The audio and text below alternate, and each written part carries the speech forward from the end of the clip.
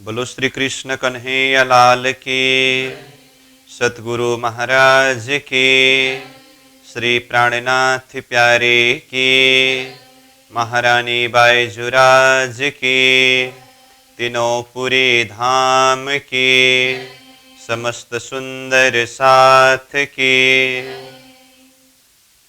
आनंद कंदम प्रभुदेव चंद्रम ब्रजेश रूपेण पुरापि जातं प्रवेश प्राप्तं प्रिय प्राणनाथं परेश पूर्णं सततं नमामि।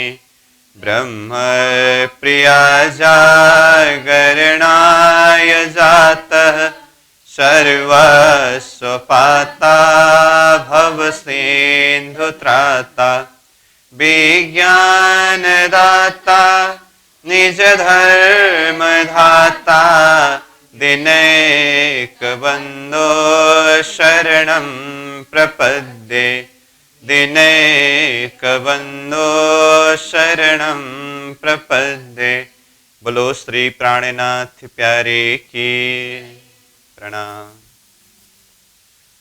उपस्थित संपूर्ण सुंदर साथ जी, साधक एवं साधिकाएं, प्रशिक्षण शिविर सत्र का आज हम 39वां दिवस के इस पावन बैठक में उपस्थित हुए हैं। सर्वप्रथम आप सभी को सप्रेम प्रणाम करते हुए, स्वागत करते हुए अब आज का कक्षा सत्र विषय वस्तु को हम आगे बढ़ाने जा रहे हैं। विराट दर्शन प्रसंग में अब तक हमने परमधाम के विषय में चर्चा किया और अक्षरधाम अथवा अक्षर ब्रह्म के विषय की बात हुई। उसके बाद फिर अक्षर का 4 अंतस्करण में सत्स्वरूप ब्रह्म, केवल ब्रह्म, सबलिक ब्रह्म और अव्याकृत ब्रह्म, जिसे 4 पाद भी कहा। तो इन 4 पाद में से पादस्य विश्वभूतानि त्रिपादस्यामृतम दिवि, ये चतुर्थ पाद अव्याकृत के द्वारा सृष्टि उत्पत्ति हुई। तो ये अव्याकृत में भी 4 स्थान, उसमें से स्थूल में प्रणव ब्रह्म का भी 2 भाग, जिसमें अपर प्रणव के द्वारा मुहुर्पी जल और निर्जीव अंडा का यहाँ प्रतिबिंबित रूप होना, फिर उसमें पर प्रणव शुद्ध चेतन के रूप में प्रवेश होकर के वो निर्जीव अंडा को सजीव बनाना, और वही अंडा जब फोड़ करके बाहर आए तो वो पुरुष का नाम क्या हुआ? क्षर पुरुष, अथवा उन्हें और क्या क्या नाम से जाने जाते हैं? आदि नारायण, अथवा उनको ही क्या कहा है? ईश्वर। इन नामों से परिचय दिया गया है, जो अक्षर ब्रह्म का सपना का शरीर है। तो इन सारे प्रसंगों को वर्णन करते हुए, चर्चा करते हुए आगे बढ़ करके आदि नारायण के द्वारा सृष्टि विस्तार प्रसंग में गुरुजी मंगलदास जी के आत्मसोपान की शब्दावली के माध्यम से हमने प्रसंगों को आगे बढ़ाया। तो 4 शरीर करके वर्णन किया गया है। तो 4 शरीर क्या क्या है? महाकारण, कारण, सूक्ष्म, स्थूल। 4 मूल नाम में नारायण, इच्छा शक्ति, महतत्व, अहंकार। 4 अवस्था, तुर्य, सुषुप्ति, स्वप्न, जागृत। 4 अंतःकरण, अहम, चित्त, बुद्धि, मन। ये आदि नारायण के 4 शरीर विस्तार प्रसंग में ऊपर से नीचे की तरफ आते समय का प्रसंग है। और कल हमने ये स्वप्निक ब्रह्मांड अथवा ये स्वप्न के एरिया, इसको 4 खंड में विभाजन किया था, ये नक्शा को, है ना। तो 4 खंड में विभाजन किया इस तरह से। तो ऊपर से नीचे की तरफ जाते समय शरीर के भाषा से ये पहला क्या था? महाकारण, दूसरा कारण, तीसरा सूक्ष्म और चौथा स्थूल। इसी को नीचे से ऊपर की ओर जाना हो तो फिर स्थूल, सूक्ष्म, कारण, महाकारण। और इसी को नाम के हिसाब से नारायण, इच्छा शक्ति, महतत्व, अहंकार, और नीचे से ऊपर जाना हो तो फिर उल्टा अहंकार, महतत्व, इच्छा शक्ति, नारायण। अवस्था में ऊपर से नीचे आते समय तुरिया, सुषुप्ति, स्वप्न, जागृत, नीचे से ऊपर जाते समय जागृत, स्वप्न, सुषुप्ति, तुरिया।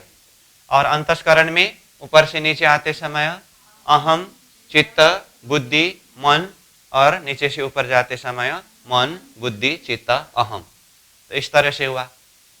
और इसमें से एक ही जगह को, एक ही स्थान को अलग अलग हिसाब से परिचय लेना हो तो ये ऊपर से हम जैसे शुरू करें तो ये पहला भाग, ये शरीर में महाकारण है, नाम में नारायण है, अवस्था में तुरिया है, अंतःकरण में अहम है। ये दूसरा भाग, ये शरीर में कारण है, नाम में इच्छा शक्ति है, अवस्था में सुषुप्ति है, अंतःकरण में चित्त है।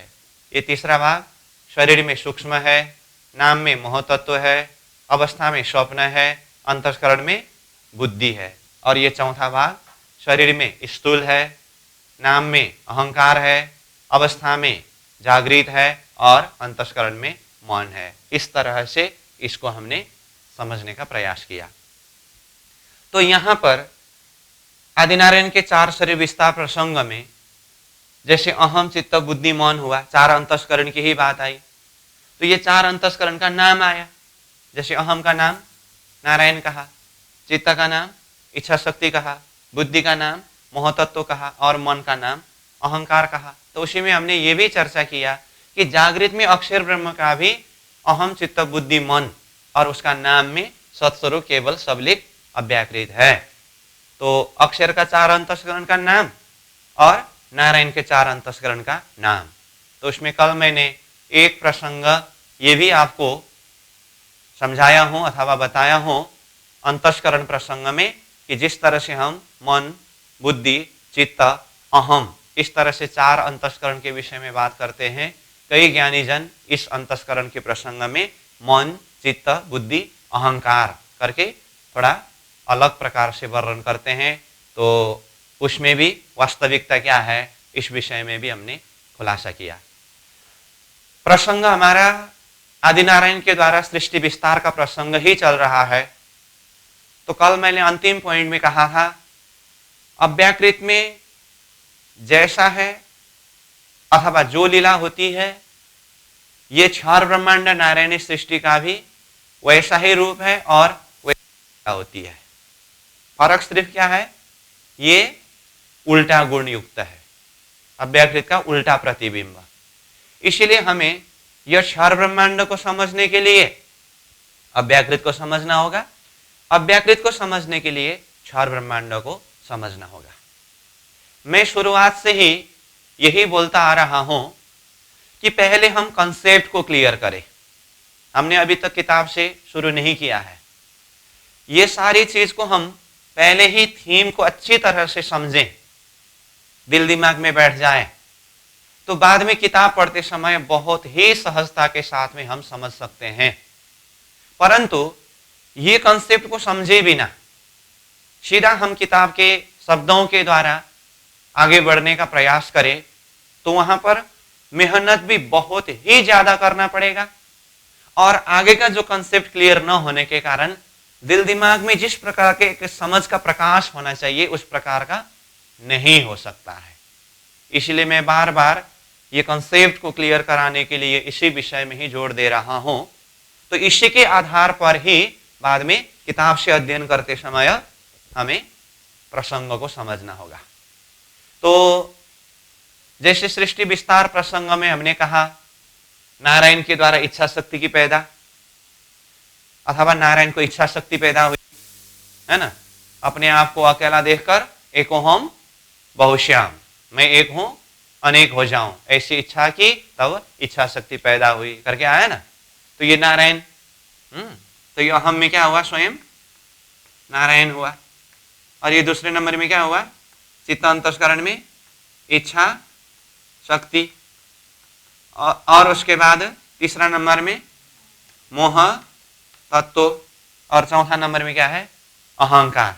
तो थोड़ी देर में ये अहंकार को यहां नहीं लिखूंगा, कल ही मैंने कहा हूं ये मन का रूप यानी कि अहंकार स्थूल रूप में विस्तार हुआ है, ठीक है।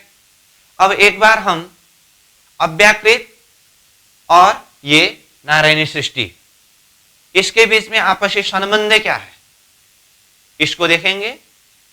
उसके बाद फिर ये अहंकार नाम जो है अथवा जागृत अवस्था अथवा मन अंतस्करण, तो इसके अंदर स्थूल रूप में किस तरह से सृष्टि विस्तार हुआ है, ये प्रसंगों को हम समझने का प्रयास करेंगे। ठीक है, तो मैं पहले यहाँ ऊपर अव्याकृत का नक्शा बनाऊंगा यहाँ बड़ा रूप में, और उसके बाद फिर साथ में ये स्वप्निक जगत का बना करके दोनों के बीच में आपसी संबंध क्या है, इस चीज को थोड़ा सा दिल दिमाग में बिठाने का कोशिश करूंगा। फिर भी मैं बोल रहा हूं, ये सारी चीज को अभी ही हमें कंसेप्ट को समझना होगा। जितना अभी हम सही हिसाब से समझ पाएंगे, बाद में किताब से पढ़ते समय अथवा इन सारी विषयों को चिंतन करते समय कोई कठिनाई नहीं होगी। तो आइए, ये है हमारा अव्याकृत। ठीक है, तो वैसे इसका वर्णन पहले हमने करके आए हैं, मैं फिर इसको वर्णन इसीलिए करने जा रहा हूं, इसके साथ में क्षर ब्रह्मांड का संबंध क्या है। तो पहला नंबर तो देखिए, ये हमारा क्या है, अव्याकृत। क्या कहा मैंने, अव्याकृत। ठीक, अब यहां पर मैं नीचे नक्शा बनाऊंगा दूसरा, ये है क्षर ब्रह्मांड। तो यहां पर अव्याकृत का ही उल्टा प्रतिबिंब होकर के आदिनारायण की उत्पत्ति हुई, और उन्होंने एकोहम बहुश्याम करके सृष्टि विस्तार किया है ना। ये क्या है, क्षर पुरुष कहिए या क्षर पुरुष के द्वारा विस्तारित ब्रह्मांड कहिए, जो भी नाम बताइए। ठीक है, तो अव्याकृत और क्षर पुरुष अथवा यह स्वप्निक जगत संसार के बीच में संबंध क्या है, दोनों को मैं अब भी समझा रहा हूं। तो देखिए, इसको हमने 4 भाग किया था, अव्याकृत को 4 भाग किया ना, ये नारायणी सृष्टि को भी 4 भाग किया है, क्षर ब्रह्मांडों को भी 4 भाग ही किया है। मैंने कल भी इसी तरह से नक्शा बनाया था, तब कहा था वो विराट चार्ट में थोड़ा नक्शा अलग हिसाब से है, वो अलग हिसाब से किस तरह से है वो आगे हम करेंगे। लेकिन मैं अभी अव्याकृत के साथ में ये नारायणी सृष्टि यानी कि स्वप्निक जगत का संबंध क्या है, तो इस चीज को बताने के लिए जैसा का तैसा ही नक्शा को यहां पर खड़ा कर रहा हूं। तो देखिए, ये अव्याकृत है और ये क्षर ब्रह्मांड है। तो हम बार बार शब्द प्रयोग कर रहे हैं, अव्याकृत का ही उल्टा प्रतिबिंब ये क्षर ब्रह्मांड है। तो थोड़ी देर के लिए उल्टा शब्द को साइलेंस रखिए। तो उल्टा शब्द को साइलेंस रखेंगे तो क्या होगा, अव्याकृत का ही प्रतिबिंब ये क्षर ब्रह्मांड अथवा नारायण सृष्टि है। तो प्रतिबिंब कहने से क्या होगा, जैसा का तैसा ही होगा। तो जैसा का तैसा ही होगा, इसका मतलब क्या है, अव्याकृत में जिस तरह से 4 खंड है, नारायण में भी उसी तरह से 4 खंड है। तो ये क्या क्या है, महाकारण, कारण, सूक्ष्म, स्थूल। सेम उसी तरह से नारायण में भी महाकारण, कारण, सूक्ष्म, स्थूल है।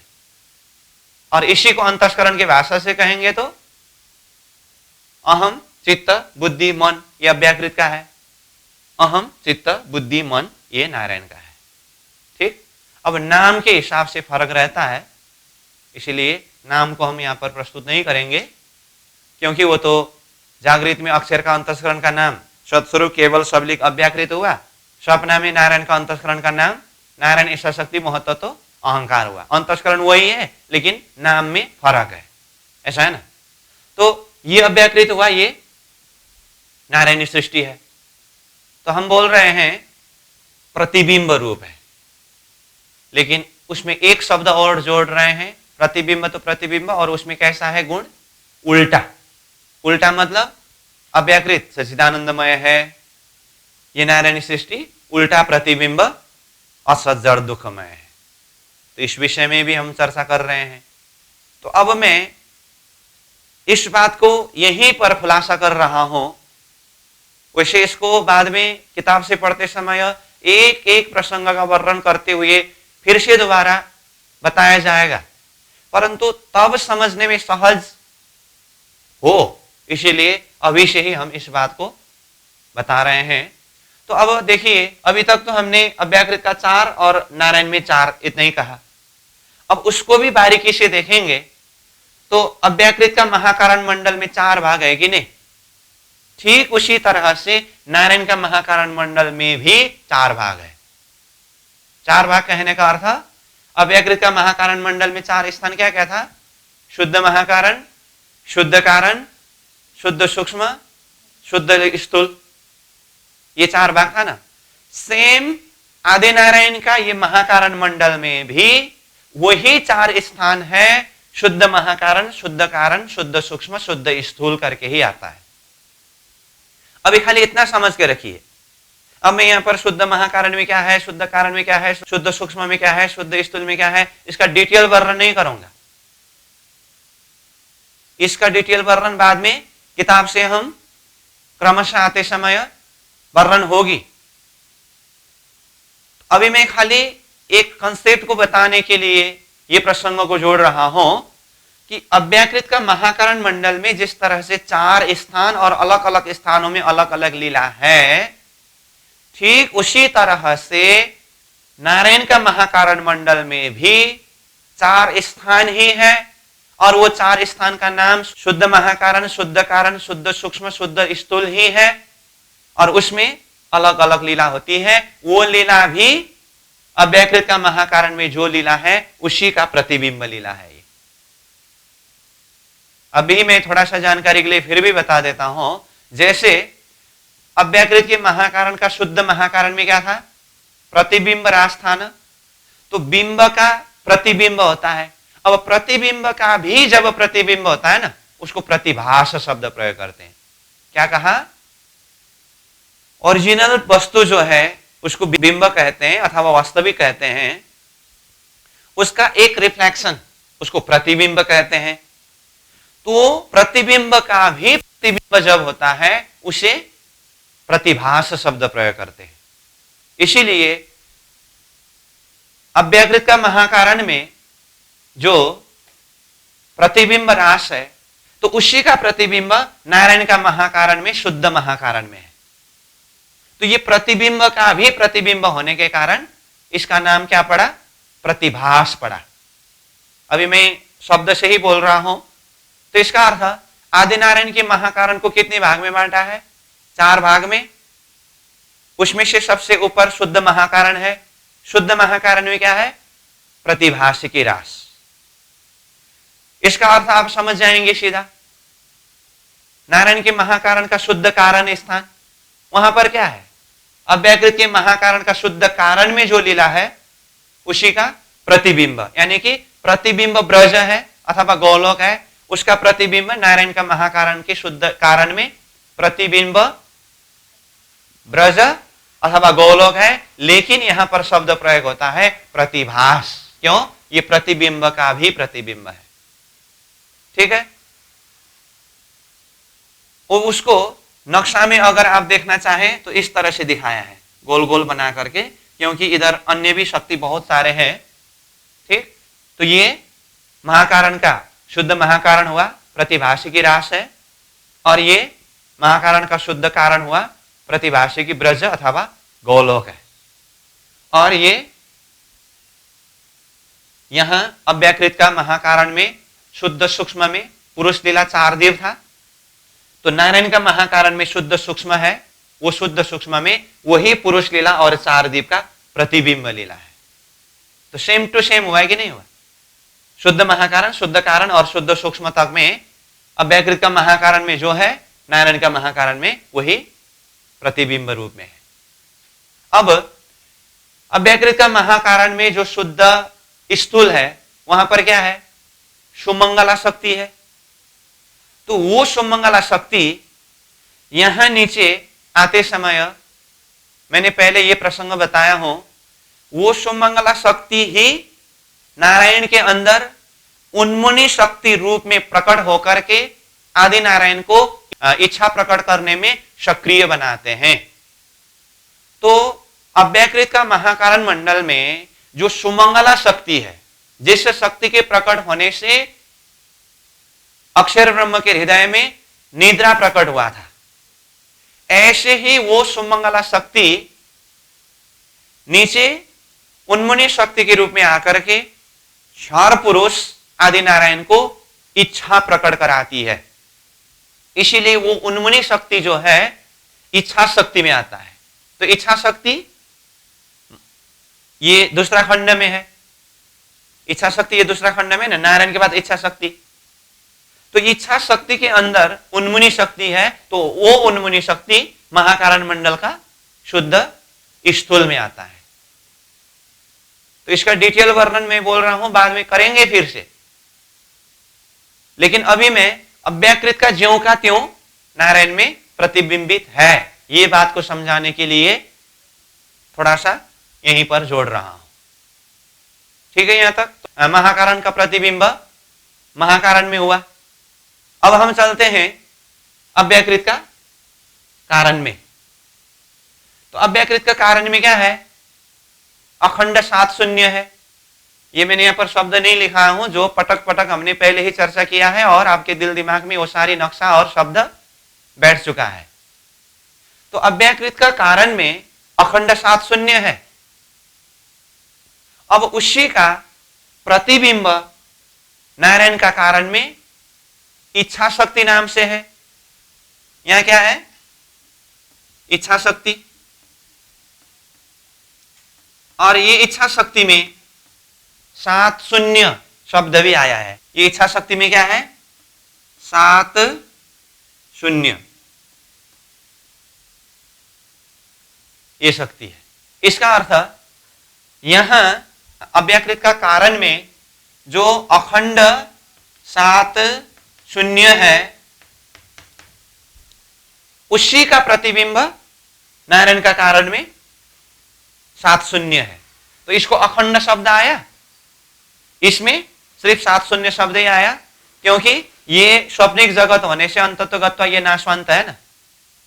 अभी तो मैं खाली सात शून्य के नाम से, इच्छा शक्ति के नाम से ही बता रहा हूं।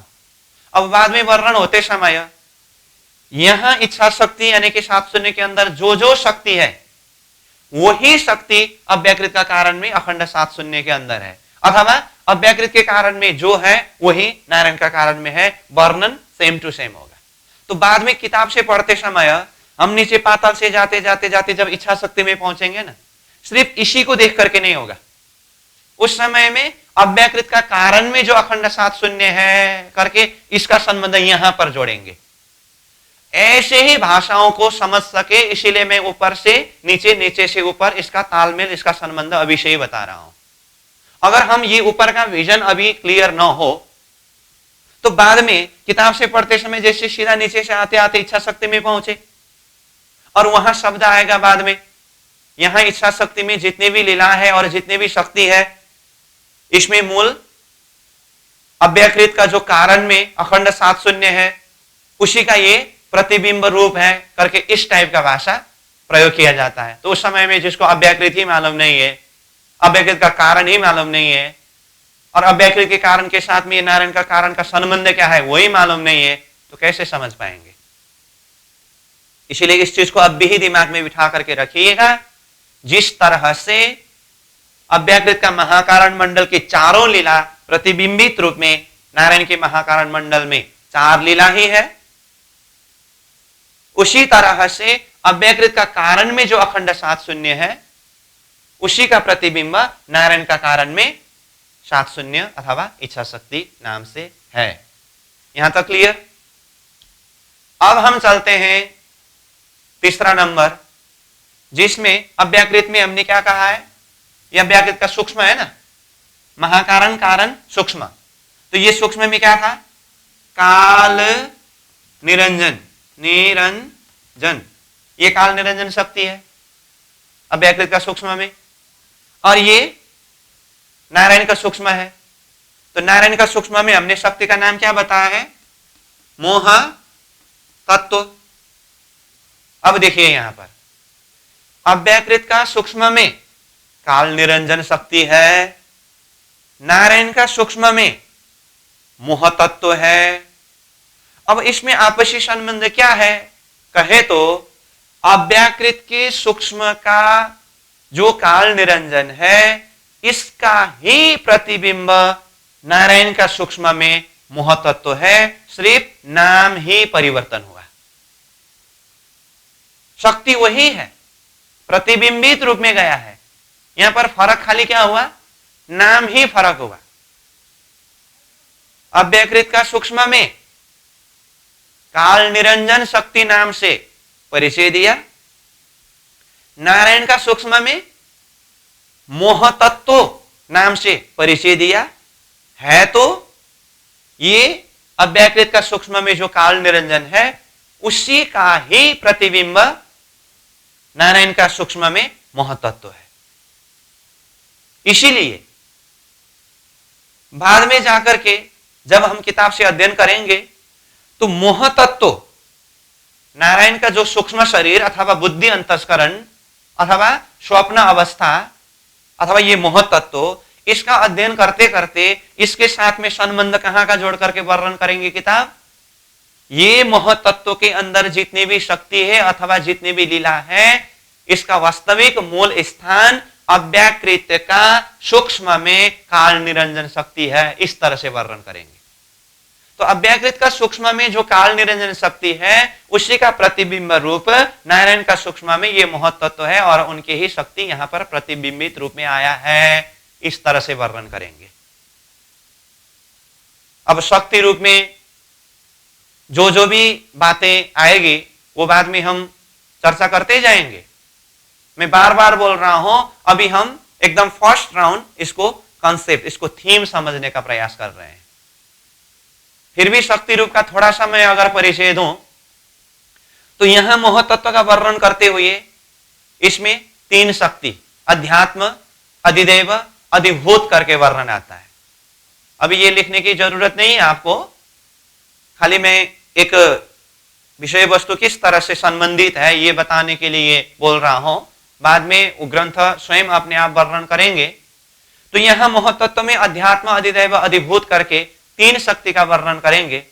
सेम अव्याकृत का जो सूक्ष्म शरीर है काल निरंजन, तो काल निरंजन में भी अध्यात्म, अधिदैव, अधिभूत वही शक्ति है। नक्शा में भी लिखा हुआ है, किताब में भी लिखा हुआ है। तो ये बिंब प्रतिबिंब दोनों का संबंध देखना होता है। इसका अर्थ क्या हुआ, महाकारण का ज्यों का त्यों प्रतिबिंब महाकारण में, ज्यों का त्यों मैंने स्थान और लीला के हिसाब से बता रहा हूं, लेकिन गुण के हिसाब से बार बार बोल रहा हूं, ये उल्टा प्रतिबिंब है। फिर ज्यों का त्यों कहने का अर्थ फिर आप पूरी तरह से ज्यों का त्यों समझ करके एक ही गुण वाले नहीं समझेंगे, वो तो मैंने बार बार बताया, उल्टा प्रतिबिंब है। स्थान और लीला के हिसाब से देखेंगे तो ज्यों का त्यों है। समझ में आई बात। और अव्याकृत का कारण में जो अखंड सात शून्य है वही नारायण का कारण में सात शून्य अथवा इच्छा शक्ति है। तो कारण का प्रतिबिंब कारण में, ये भी ज्यों का त्यों है, उल्टा प्रतिबिंब है। अव्याकृत का सूक्ष्म में जो काल निरंजन शक्ति है नारायण का सूक्ष्म में मोह तत्व नाम से आया। तो यहां पर जो भी शक्ति है और जो भी लीला है वही यहां शक्ति और लीला के रूप में प्रतिबिंबित है। यहां तक ठीक है। अब हम चलते हैं अव्याकृत का स्थूल में। तो अव्याकृत का स्थूल का नाम क्या है, प्रणव ब्रह्म। प्रणव ब्रह्म को हमने दो भाग में बांटा है, पर प्रणव और अपर प्रणव। ठीक है। पर प्रणव में क्या है, गायत्री शक्ति है, और अपर प्रणव में क्या है, ज्योति स्वरूप है। ये पहले वर्णन किया है ना। ये प्रणव ब्रह्म अथवा स्थूल को दो भाग में बांटा। ये क्या है, पर प्रणव है, इसमें गायत्री शक्ति है। ये क्या है, अपर प्रणव है, इसमें ज्योति स्वरूप है। ये वर्णन किया। और दूसरे प्रकार से यहां पांच भाग का वर्णन किया है। प्रणव पांच स्थान। तो क्या क्या था वो, निर्मल चेतन और शुद्ध महाकारण पर प्रणव में, शुद्ध कारण, शुद्ध सूक्ष्म, शुद्ध स्थूल, अपर प्रणव में। तो इस तरह से इसके अंदर क्या क्या शक्ति है? 5 मात्रा, 5 तत्व, पंचदेव, पंचवेद, सबको हमने यहां पर क्या शब्द प्रयोग किया है? सूक्ष्मतम रूप है, सूक्ष्मतम रूप है, सूक्ष्मतम रूप है। यह भाषा प्रयोग किया कि नहीं किया? चलो, ये हुआ अव्याकृत की बात। अब आइए नीचे नारायण के अंदर।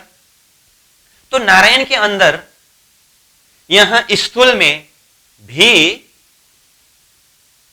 ये गायत्री शक्ति का प्रतिबिंब गायत्री शक्ति के नाम से ही गया है, और ज्योति स्वरूप का प्रतिबिंब ज्योति स्वरूप नाम से ही गया है। इसका अर्थ क्या हुआ?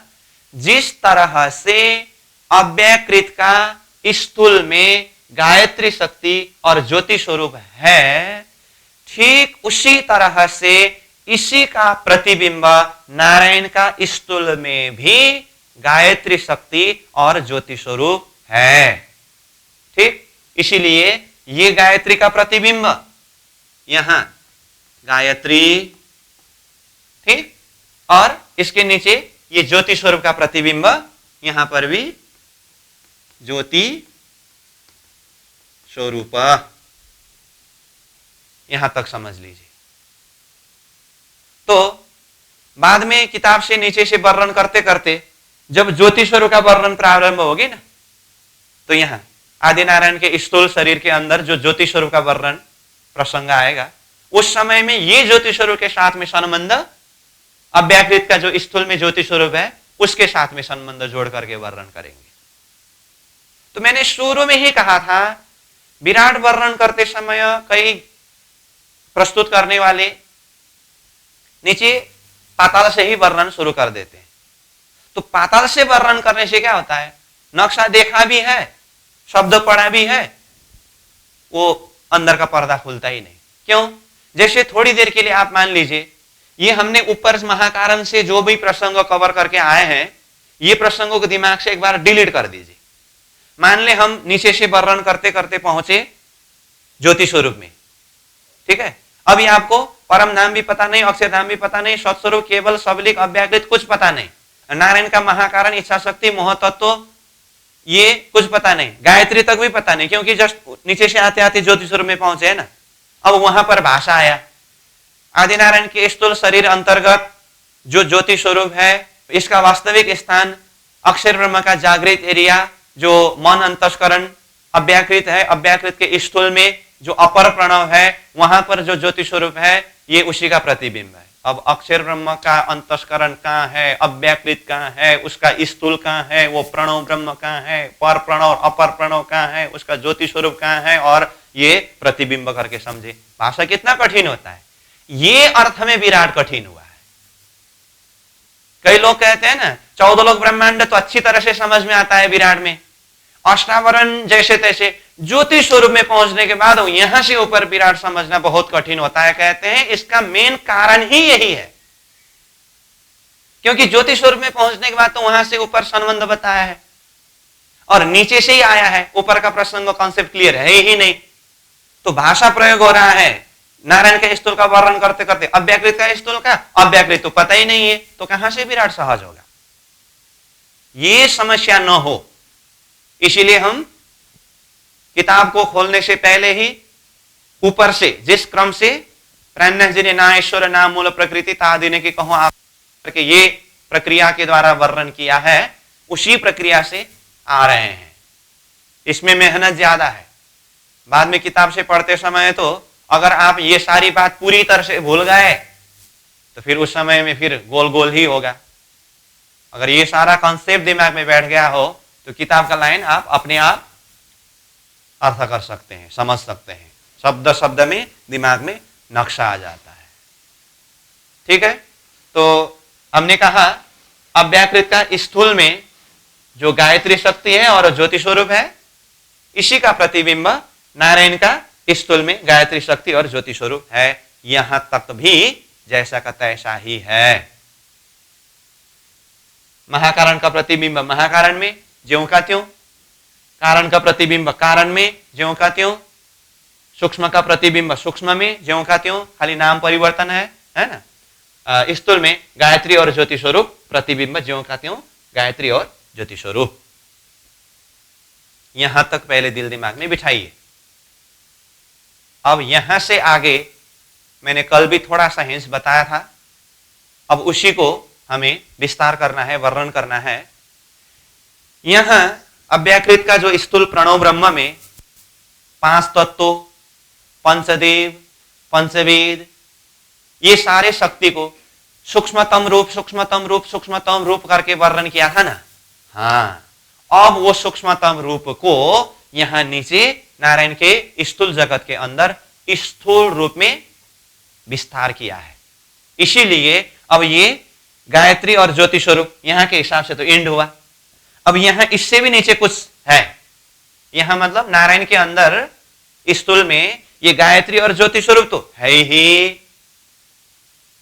लेकिन इससे नीचे, नीचे मतलब हम ऊपर से नीचे की ओर आ रहे हैं ना, तो इससे नीचे भी कुछ है। अथवा नीचे की तरफ से वर्णन करना हो तो आदिनारायण के स्थूल में ज्योति स्वरूप और गायत्री तक पहुंचने से पहले और कुछ है। तो कहां से आया? जबकि अव्याकृत का ही प्रतिबिंब करके कहा नारायण सृष्टि को, और प्रतिबिंब तो ज्यों का त्यों होता है, और अव्याकृत में तो यहां ज्योति स्वरूप तक ही है। तो फिर ज्योति स्वरूप से भी नीचे यहां पर जो रूप दिखाई देता है सृष्टि के अंदर, वो कहां से आया? ये प्रश्न आ सकता है, लेकिन मैंने इस विषय में बता चुका हूं। अव्याकृत के स्थूल में जो सूक्ष्मतम रूप करके बताया है, उसी को नारायण के ये स्थूल जगत में स्थूल रूप में वर्णन किया। इसीलिए यहां स्थूल जगत के अंदर सबसे नीचे 14 लोक ब्रह्मांड है। क्या कहा? 14 लोक ब्रह्मांड है। तो यहां देखिए ये 14 लोक, 14 लोक अभी इतना ही समझ के रखिए। अब 14 लोक में कौन कौन सा लोक क्या क्या है, किस तरह से है, इसका धीरे धीरे क्रमशः वर्णन करते जाएंगे। ठीक, तो मैंने क्या कहा? 14 लोक कहा। और ये 14 लोक ब्रह्मांड को चारों तरफ से घेर करके 8 आवरण आया है। 8 आवरण होने से उसका नाम है अष्टावरण। क्या कहा? अष्टावरण। तो अब हम नीचे से ऊपर की ओर देखें तो सबसे नीचे 14 लोक ब्रह्मांड आता है, और उसके ऊपर अष्टावरण आता है, उसके बाद ज्योति स्वरूप, उसके बाद फिर गायत्री। और ऊपर से नीचे की तरफ जाएंगे तो स्थूल में ही गायत्री तो है ही, ज्योति स्वरूप तो है ही, उसके बाद अष्टावरण है, और उसके नीचे 14 लोक है। ठीक, फिर से बताइए तो ये नारायण का स्थूल में गायत्री और ज्योति स्वरूप तो अव्याकृत के स्थूल में गायत्री और ज्योति स्वरूप का प्रतिबिंब है, परंतु जो अव्याकृत का स्थूल में 14 लोक और अष्टावरण नहीं है, वो प्रतिबिंब रूप सृष्टि के अंदर नारायण का स्थूल में 14 लोक और अष्टावरण कहां से आया? कहां से आया? अव्याकृत का स्थूल में नहीं है, नहीं है, परंतु किस रूप में है? सूक्ष्म रूप में है। वही नारायण का स्थूल में स्थूल रूप में विस्तार हुआ। जैसे मैंने पहले भी कहा था, एक बॉट का बीज के अंदर ही बॉट का सारा वृक्ष है। बीज में अगर वो शक्ति नहीं होता तो फिर विस्तार कहां से हुआ? ठीक है, तो ये अव्याकृत का स्थूल में जो सूक्ष्मतम रूप करके कहा था ना, क्या क्या 5 तत्व था, आकाश, वायु, अग्नि, जल, पृथ्वी। वही सूक्ष्मतम रूप ने वहां बट बीज की तरह था, तो उसी ने यहां नीचे नारायण का स्थूल जगत में जाकर के वो बीज ही फूट करके क्या हुआ? वृक्ष रूप में विस्तार हुआ। जैसा ही वो सूक्ष्मतम रूप जो था वो स्थूल रूप में विस्तार हुआ, तो क्या हुआ? 14 लोक और अष्टावरण के रूप में दिखाई दिया। ठीक है, अच्छा, तो इस तरह से हम देखें तो अब देखिए स्थूल जगत विस्तार हुआ ना।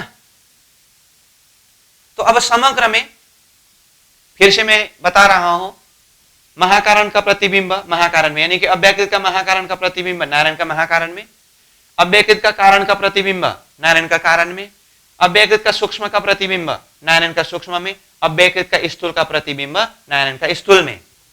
लेकिन यहां स्थूल में क्या दिखाई देता है? गायत्री और ज्योति स्वरूप ही दिखाई देता है। यहां गायत्री और ज्योति स्वरूप तो है ही, प्लस 14 लोक और अष्टावरण भी है। तो ये 14 लोक और अष्टावरण अव्याकृत का स्थूल में किस रूप में है? सूक्ष्म रूप में है। यही नीचे नारायण का स्थूल में स्थूल रूप में विस्तार हुआ। ये है अव्याकृत और नारायणी सृष्टि के बीच का संबंध। वही स्थान है, वही शक्ति है, वही लीला है, परंतु फर्क क्या है? गुण के हिसाब से फर्क है, उल्टा प्रतिबिंब है। इसीलिए वो जागृत में सच्चिदानंद, ये स्वप्न में असत जड़ दुखमय। चलो, ये आपको बाद में सहज पड़े, इसीलिए मैंने ये प्रसंग में दोनों का संबंध जोड़ दिया हूं। परंतु हमारा मुख्य प्रसंग चल रहा है आदिनारायण के द्वारा सृष्टि विस्तार का प्रसंग।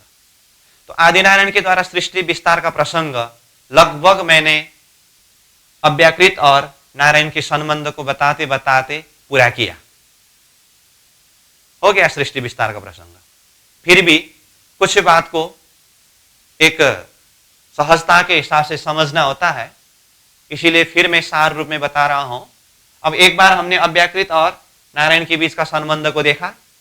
अब ये प्रसंग आपको कब समझना होगा?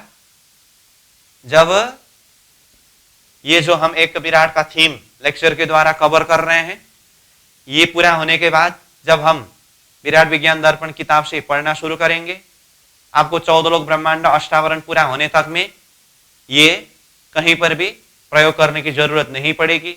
जैसे ही 14 लोक और अष्टावरण पूरा होकर के प्रसंग ज्योति स्वरूप में पहुंचेंगे, ज्योति स्वरूप में पहुंचते ही आपको ये ज्योति स्वरूप पढ़ते पढ़ते ये ज्योति स्वरूप को पढ़ना होगा, ये गायत्री को पढ़ते पढ़ते ये गायत्री को पढ़ना होगा। ठीक, उसके बाद स्थूल जगत से परे सूक्ष्म, नारायण का सूक्ष्म में मोह तत्व को पढ़ते पढ़ते अव्याकृत का सूक्ष्म में काल निरंजन को पढ़ना होगा। फिर नारायण का कारण में 7 शून्य इच्छा शक्ति को पढ़ते पढ़ते अव्याकृत का कारण में अखंड 7 शून्य को पढ़ना होगा। नारायण का महाकारण मंडल में 4 लीला को पढ़ते पढ़ते अव्याकृत का महाकारण मंडल में 4 लीला को पढ़ना होगा। इसका अर्थ क्या है? नारायणी सृष्टि पढ़ करके पूरा करना ही अव्याकृत पढ़ करके पूरा करना है। इसका अर्थ अव्याकृत का अलग सा वर्णन नहीं है? क्यों नहीं है? फिर अब अव्याकृत का वर्णन होते समय किस तरह से वर्णन हुआ है? गायत्री का, ये अव्याकृत में ज्योति स्वरूप का वर्णन होगा ना। ज्योति स्वरूप का वर्णन करते करते फिर संबंध ये ज्योति स्वरूप का वर्णन करते करते यहां नीचे का ज्योति स्वरूप बताएंगे। फिर ये अव्याकृत का गायत्री का वर्णन करते करते नारायण के यहाँ के गायत्री का संबंध बताएंगे। और अव्याकृत का सूक्ष्म में काल निरंजन का वर्णन करते करते यहां से फिर लौट करके नारायण का सूक्ष्म में मोह तत्व का संबंध बताएंगे। अव्याकृत का कारण में अखंड 7 शून्य का वर्णन करते करते नारायण का कारण में इच्छा शक्ति 7 शून्य का संबंध, वो प्रसंग शक्ति वर्णन करेंगे। और अव्याकृत के महाकारण मंडल की 4 लीला का वर्णन करते करते नारायण की महाकारण मंडल में 4 लीला के वर्णन करेंगे। तो ऊपर से नीचे, नीचे से ऊपर, इस तरह से हर प्रकार से इसको समझाने का प्रयास किया है। और मेन सृष्टि अथवा मेन विराट प्रसंग यही है। उसके बाद तो क्या है? सबलिंग में जाइए, सबलिंग का सूक्ष्म में चिदानंद लेहरी है। चिदानंद लेहरी ही अव्याकृत का महाकारण में सुमंगला शक्ति के रूप में आया है। तो सुमंगला शक्ति का वर्णन होना ही चिदानंद लेहरी का वर्णन होना है, चिदानंद लेहरी का वर्णन होना ही सुमंगला शक्ति का वर्णन होना है। बात खत्म। उसके बाद आगे क्या है? सबलिंग का कारण में अखंड ब्रज गौलोक, सबलिंग का महाकारण में अखंड रास। अब ब्रजरास प्रसंग वो पता है ही।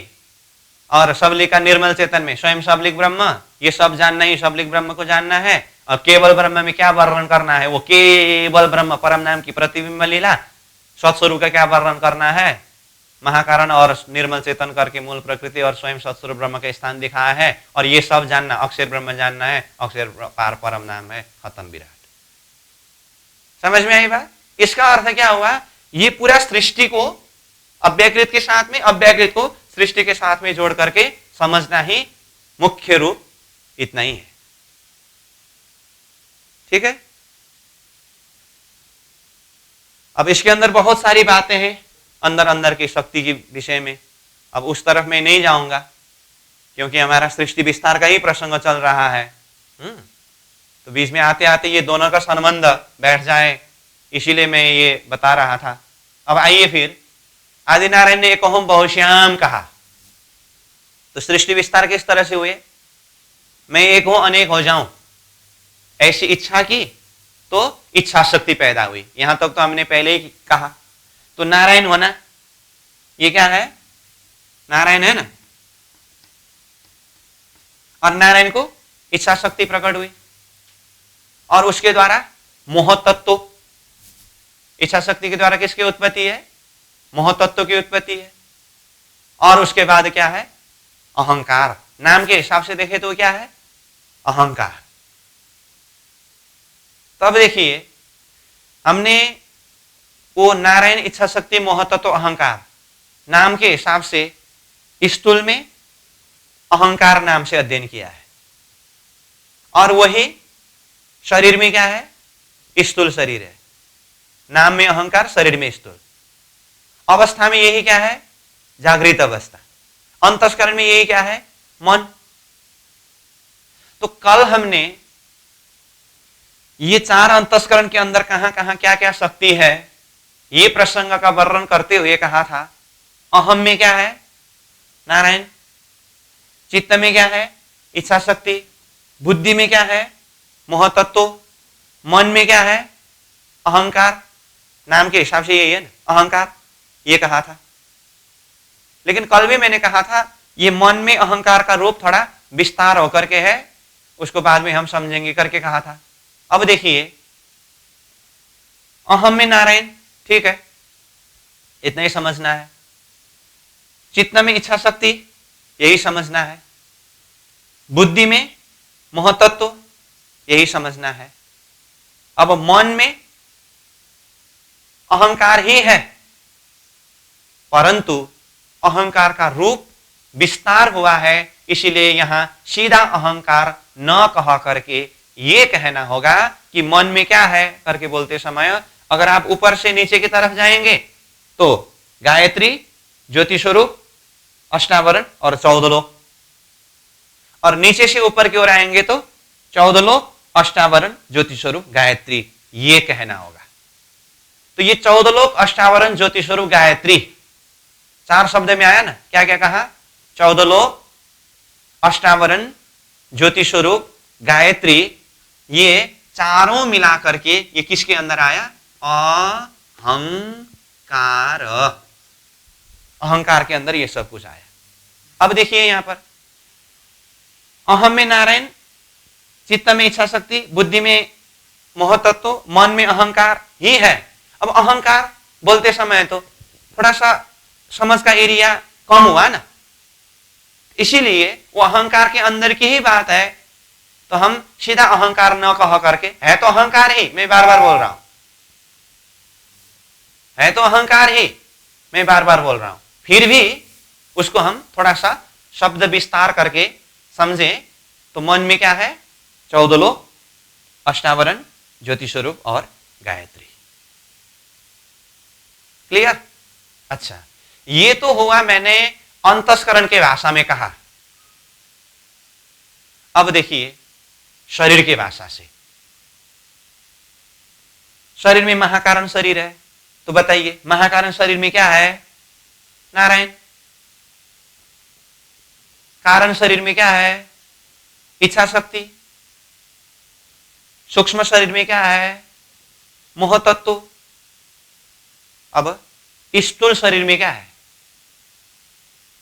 स्थूल शरीर में 14 लोक, अष्टावरण, ज्योति स्वरूप, गायत्री। नाम में तो अहंकार आया है ना, लेकिन वो सूक्ष्म जगत स्थूल रूप में विस्तार हुआ है ना, तो हमें ये नाम के द्वारा समझने में सहज पड़ेगा। तो बाद में यहां जो अहंकार शब्द आया है, ये अहंकार नाम आया है, इसके साथ में ये 14 लोक अष्टावरण ज्योतिष स्वरूप गायत्री का संबंध क्या है करके कहेंगे तो 14 लोक अष्टावरण ज्योतिष स्वरूप गायत्री का रूप ही अहंकार रूप है। इस विषय में आगे और हम डिटेल चर्चा करेंगे, इसमें आपको कोई चिंता करने की जरूरत नहीं है। लेकिन अभी के लिए जिस तरह से नारायण इच्छा शक्ति महत्त्व अहंकार शब्द नाम में आया है ना, उस जगह में नारायण इच्छा शक्ति महत्त्व तक तो ठीक है, लेकिन ये स्थूल यानी कि मन जो अहंकार नाम आया है, यहां पर किस नाम से जानना होगा हमें? 14 लोक अष्टावरण ज्योति स्वरूप गायत्री, अथवा ऊपर से नीचे जाना हो तो गायत्री ज्योति स्वरूप अष्टावरण 14 लोक, इस तरह से समझना होगा। हमने अंतस्करण के भाषा से कहा और शरीर के भाषा से कहा, इसी को अवस्था के भाषा से कहे तो आइए, ये नारायण का कौन सा अवस्था है? तुर्य। तो तुर्य अवस्था में क्या है? नारायण ही है। दूसरा, सुषुप्ति अवस्था में क्या है? इच्छा शक्ति है। स्वप्न अवस्था में क्या है?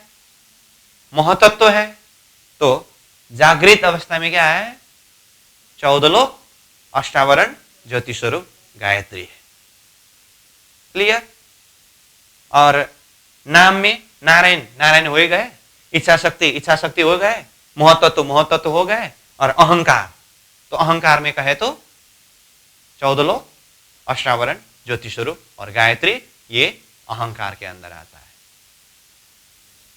तो नारायण का 4 शरीर का विस्तार करके आत्मा सोपान का जो शब्द हमने 4 शरीर, 4 नाम, 4 अवस्था, 4 अंतस्करण करके जो देखा, तो वो यहां पर सेट हो गया, समझ में आ गया।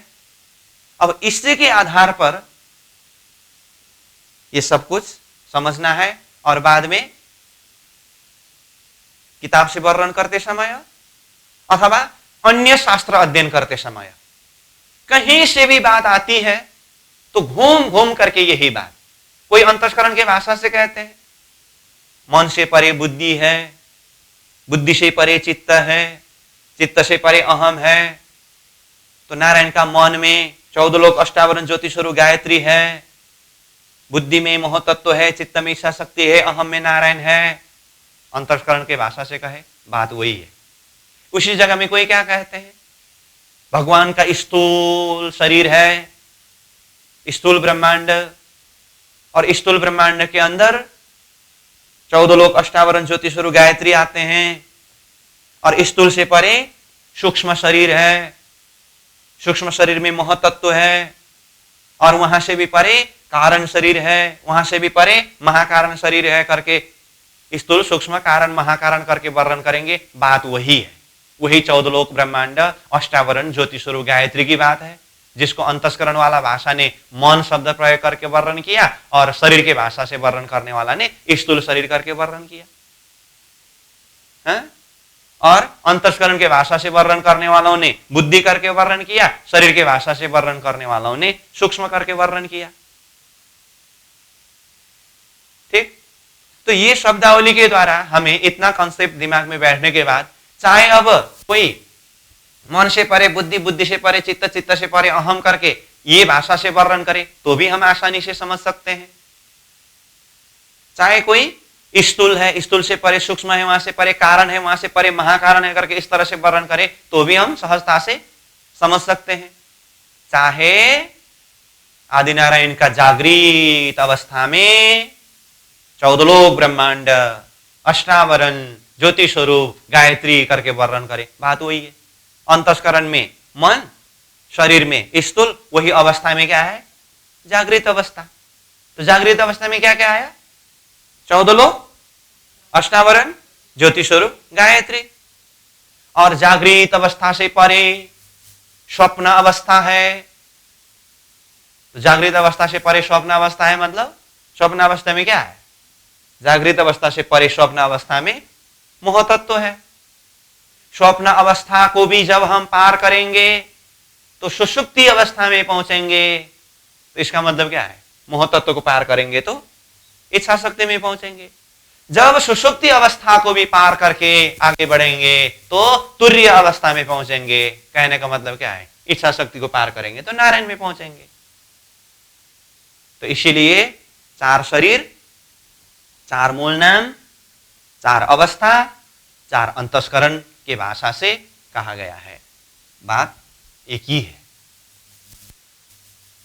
तो इसमें से अब मैं अंतस्करण के भाषा से फाइनल बता रहा हूं। अब बताइए, अभी तक हम ऊपर से नीचे की ओर आ रहे थे, अब मैं नीचे से ऊपर की तरफ जाने के हिसाब से बताऊंगा। नारायण का मन अंतस्करण में क्या क्या है? 14 लोक, अष्टावरण, ज्योति स्वरूप, गायत्री, मन अंतस्करण में है ना। अब मैंने एक क्वेश्चन पूछा, आपने आंसर भी दिया। अब आंसर क्या था? 14 लोक, अष्टावरण, ज्योति स्वरूप, गायत्री। मैंने क्वेश्चन पूछा था क्या, नारायण का मन अंतस्करण में क्या है। अब यही आंसर आने वाला। कितने क्वेश्चन ऐसे होते हैं ना, क्वेश्चन बहुत सारे होते हैं लेकिन आंसर एक ही होता है।